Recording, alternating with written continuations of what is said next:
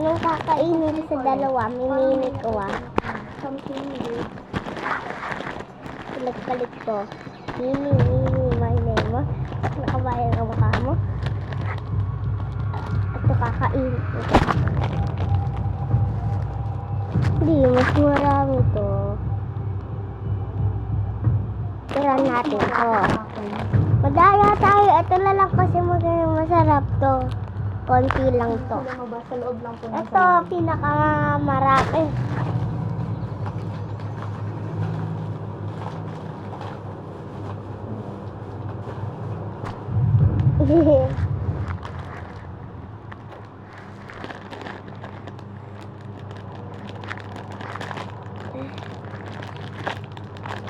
Ayaw ba?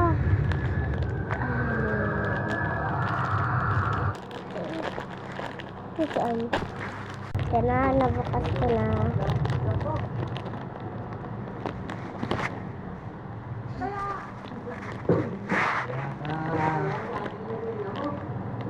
Ampia.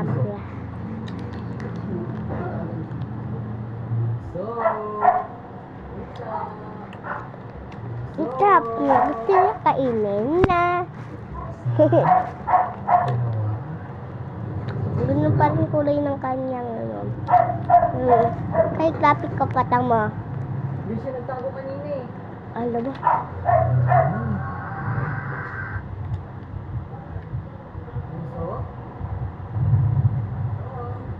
Kuya, ngayon na pa ako rito Bakit hindi ako makita? Andiyan lang ako sa cabinet. Kasama ko si ate. Oo, sabi niya, ate ko raw siya eh.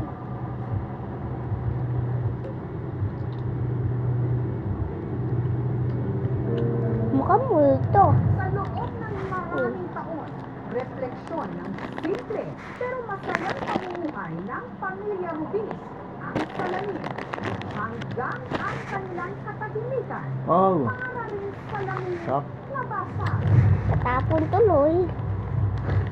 So, anong kabanglangan na kong anak, dua pa sila, ang iba na natulog na sila, Gusto ko diri man tumulog sa liit. sa kwarto nga, diha ang salamin.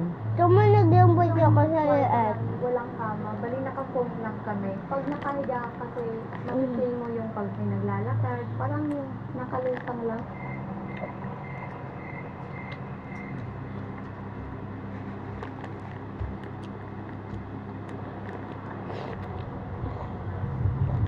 Lasang